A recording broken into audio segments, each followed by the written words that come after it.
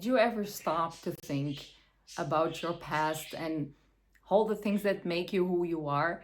And you said, oh, if I could just go back and talk to myself at this age, these are the things that I would say. So that's exactly what I'm going to do in this video. I'm going to talk about 5 things that I wish I knew when I was 14 and diagnosed with general anxiety disorder. Number 1, it is okay to be different. Growing up, for me personally, being different was a burden to carry. I always felt that I didn't really fit anywhere, that things for me worked a bit different, my head worked a bit different, and I had a hard time fitting in. But I mean, I was only 14. Every teenager feels like they don't really have their personality quite figured out. It's normal, but when we're 14, we don't know that. And being different or feeling different is not exactly something that we are proud of. I wish I could tell myself when I was 14, girl, it's okay to be different. It is what makes you unique. It is what's going to bring chances and opportunities in your life, because your set of skills is unique to yourself. The things that you can do, other people maybe can't do the same way as you, and the same way that you can do the same things that they do. It is totally fine that you are like that, and it's even your ace of spades, because that is what's going to make you reach and thrive in the things that you wish to do. So celebrate that difference, celebrate everything that makes you unique, because at this point it might not feel like that, but in the future, believe me, because I am you in the future, you're going to be so happy about being different. Number 2, you don't have to heal other people's wounds. I know that you are a kind person, because I know you better than anyone, but healing is a process that is totally personal, and healing is only possible if the person who is hurting is ready to heal. So you don't have to do that for anyone, because number 1 is really hard, and it's really no man's land. You're not going to be able to do it if they are not ready and open for it, and it's gonna cost you a lot of energy, it's gonna cost you a lot of disappointment, and you are going to lose a chance to walk your own healing path. And you already have a lot on your plate. Heal your own wounds, and that is not egotistical. Actually, wanting to heal other people is more egotistical than wanting to heal yourself, because you are stopping them from doing the discoveries and walking the path that they need to walk to in order to heal, because you are trying to mitigate things and make everything easier for them. You are stopping them to experience their own life. We all came to this earth to experience, and our experience is unique to ourselves. So us trying to heal or fix other people, making them happier, it comes from a place of love, but it doesn't help.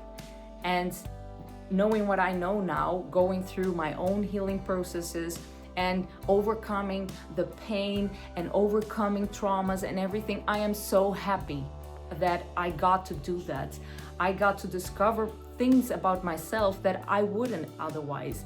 By experiencing certain amounts of pain, I grew into the person I am today, and I became more confident, I became more in love with myself, and I learned who I really am. And trying to do that for other person is sad, because we are stopping them from walking that path themselves and doing that themselves, and it's really hard. So this is something you really don't have to do. We all came to this earth with our own set of lessons to learn, and to each his own lesson. Let's give ourselves space.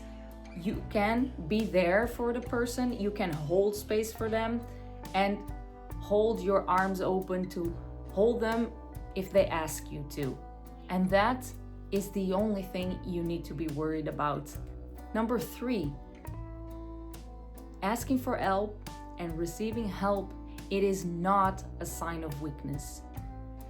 As humans, we kind of been losing our sense of community. But in the base of our race, we are a social and a community race. In the past, our human race was made of groups of people. We were even nomadic, and we would travel from one place to other. Even when we were settled, we lived in communities. Everybody had a function, and by having their own function, no one was more or less important than other, and we were there for each other because we knew that if there was someone in our community that was in charge to heal others, that if we needed healing, we could go there and ask for help. And we had our own function. If our function was to feed other people, that person that, for example, one day was healing us, when they were hungry, they could come to us and ask for food. And so we were there to support each other. And because our society evolved so much and so many new conditionings have come and have overwhelmed us as a whole, we lost touch with our roots. We lost touch with this sense of community. But deep inside, deep in our hearts, in our beings, we are still humans, and we still crave that community, that support, that help.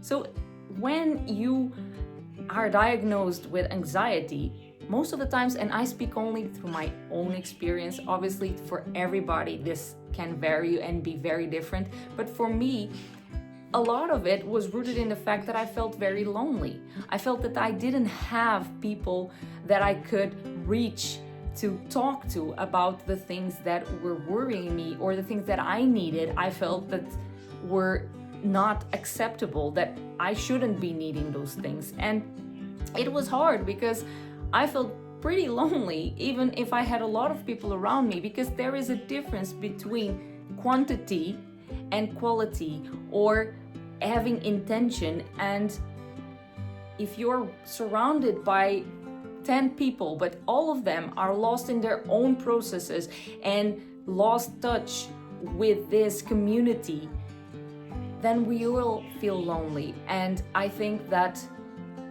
I would love to tell 14-year-old me that it is okay to ask for help. It is not a sign of weakness. It is just part of being human. It's actually a sign of strength, because you are going against old conditioning that was given to you by the society you are now integrated into. And believe me, a lot of other people around you are just in the same position as you are, as I am. We all want to connect with each other, and we need that. So this is something I wish I knew. I wish someone had told me, because it would have made my life so much easier. Number 4, trust your intuition, your gut feeling. I know that at that time, I didn't believe I had one. When I was 14, I was just going with the motions. Our bodies are wonderful in telling us when something is wrong, or even when something is right, for that matter. So both. And this thing that we so cliche call our gut feeling is actually our intuition. We are born with it. And although sometimes it feels like we don't have one or that we lost, it's not true. It is absolutely not true. Everybody has a gut feeling. Everybody knows and feels what is right and what is wrong for themselves. Think of a baby, for example. When we are born already with this. A baby will cry when held by a person, and then another person will hold them and do the same exact thing, and they will be soothed. There will be something that baby will feel. Sometimes your vibration and the vibration of the baby, they are not in the same frequency. And the baby is totally pure and yet not conditioned to this world. So it is not gonna fake it. It's not gonna try to rationalize what he or her is feeling. The baby will react. And this is what, when we grow up, we kind of start learning all these rules and conditionings of society, and we start putting our intuition more and more in the background. And I wish that I could tell myself when I was 14 that yes, I did have a gut feeling, because if I look back, a lot of experiences I went through, they would have been a lot different if I would have listened my gut feeling. And yes, it was there. I just didn't know how to listen to it. Listen to yourself, do the things that feel right to you, and push away things that feel wrong. Last but definitely not least, speak up. Speak up. Do it. Do it. Tell people, let the world hear what you want and what you don't want. You know yourself better than anyone. And you know that there are ways, loving and kind ways, of letting people know what you feel, what you want, what you don't want. So knowing that, you know that you can set boundaries, you can speak up in many situations without having to hurt anyone. Let your voice be heard, your boundaries be very, very clear. And definitely don't be intimidated when other people will react to you speaking up. That is absolutely normal. I know it can feel very intimidating, it can feel kind of uncomfortable, but if you look at it through another perspective, it is actually a good sign. It means if someone is reacting to you speaking up, it means you reach them. And that's what you wanted. You wanted to reach them. Their reaction, it doesn't really matter with what it is, as long as you said what you were there for. Their reaction is their own choice. And the only thing you came to this earth to do, again, is live your own experience and let other people know how you feel about it. Did you ever thought about a few things that you would wish to tell your younger self? If you do, and if you want, share it with us in the comments. Let's open a conversation, build a community. And as always, thank you so much for watching. I hope you're having a great day, and welcome home.